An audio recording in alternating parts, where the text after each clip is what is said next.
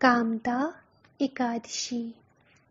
चैत्र मास की शुक्ल पक्ष एकादशी का नाम कामदा है। इस एकादशी की कथा का संवाद सबसे पहले राजा दिलीप और गुरु वशिष्ठ के बीच हुआ था। पुनः इस एकादशी की कथा और महात्म्य का संवाद भगवान श्री कृष्ण और धर्मराज युधिष्ठिर के बीच हुआ है। व्रत विधि। एकादशी के दिन प्रातः विधि पूर्वक व्रत करने का संकल्प लेना चाहिए। सुबह स्नान आदि से फारिग होकर धूप दीप पुष्प गंध और निवेद्य से भगवान की पूजा अर्चना करनी चाहिए। सारा दिन मौन रहकर भगवत नाम का जप स्मरण ध्यान और सद्ग्रंथों का स्वाध्याय करना चाहिए। अध्याय 3 पृष्ठ संख्या 8 से 14 में दिए गए एकादशी व्रत के नियमों का पूरी तरह पालन करना चाहिए। यदि नियमों का पालन नहीं होगा तो व्रत का जैसा लाभ मिलना चाहिए वैसा लाभ नहीं मिलेगा। कथा। कामदा एकादशी की कथा सुनाते हुए भगवान श्री कृष्ण युधिष्ठिर जी से कह रहे हैं कि भोगीपुर नामक नगरी में अनेक ऐश्वर्यों से युक्त पुंडरीक नामक राजा राज्य करता था। उसके राज्यों में अनेकों अप्सराएं गंधर्व और किन्नर आदि भी निवास करते थे तथा पुंडरीक की राज्य सभा में गंधर्वों और अप्सराओं का नाच गान प्रायः चलता ही रहता था।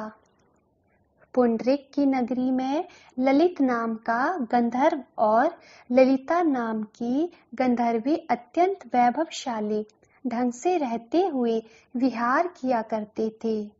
उन दोनों में परस्पर अत्यधिक प्रेम था और वे आपस में अलग हो जाने पर व्याकुल हो उठते थे।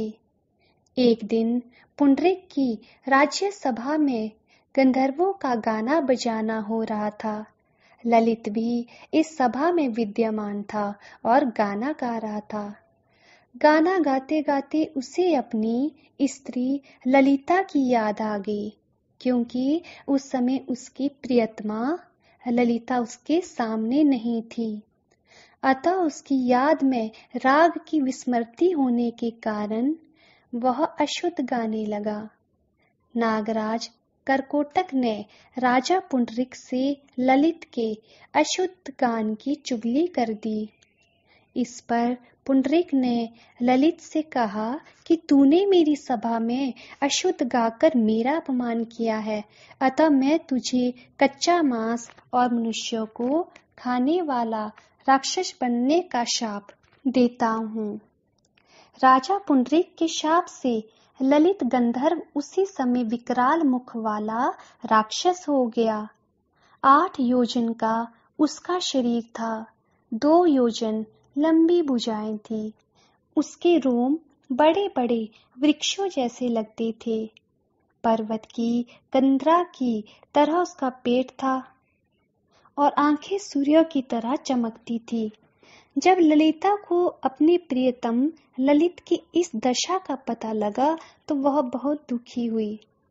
वह सदा अपने पति के उद्धार के बारे में ही सोचती रहती।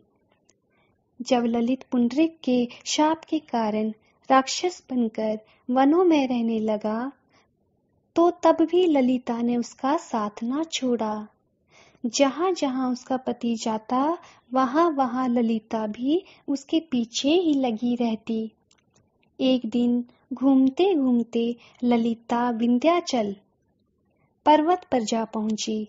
उस जगह श्रृंगी ऋषि का आश्रम था। ललिता ने ऋषि की शरण में जाकर अपने पति के उद्धार का उपाय पूछा।